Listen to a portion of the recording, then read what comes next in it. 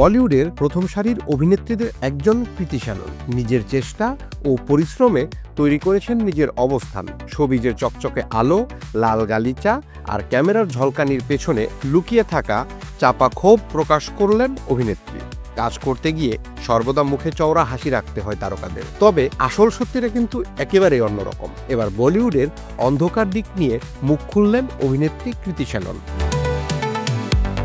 সম্প্রতি জাতিসংঘ জনসংখ্যা কার্যক্রম তহবিল বা ইউএনএফপিএ ভারতীয় লিঙ্গ সমতার সম্মানসূচক দূত হিসেবে মনোনীত হয়েছেন কৃতি শ্যানন। এই দায়িত্ব গ্রহণ করে তিনি জানালেন, নারী পুরুষ সমতার সুযোগ নিশ্চিত করা এবং লিঙ্গ বৈষম্য ভাঙাই এখন তার লক্ষ্য।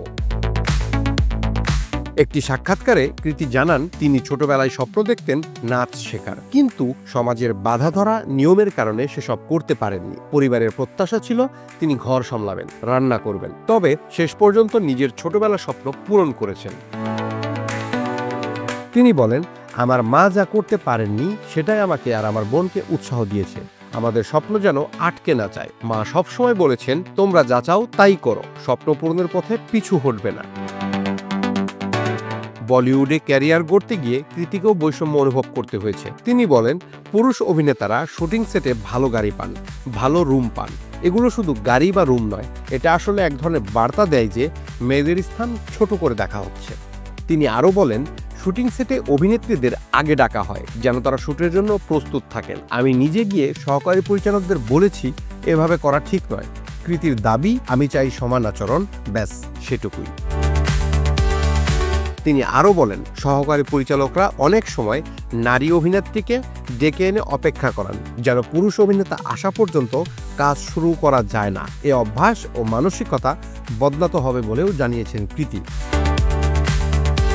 গেল মাসে পারিশ্রমিক বৈষম্য নিয়েও তিনি বলেন, কিছু ভূমিকা পুরুষ বা মহিলার উপর নির্ভর করে না, পারিশ্রমিক সমান হওয়া উচিত। চলচ্চিত্রে এই আলোচনা বহু বছর ধরে চলছে, তবে এটি আমাকে মানসিক চাপ দেয়।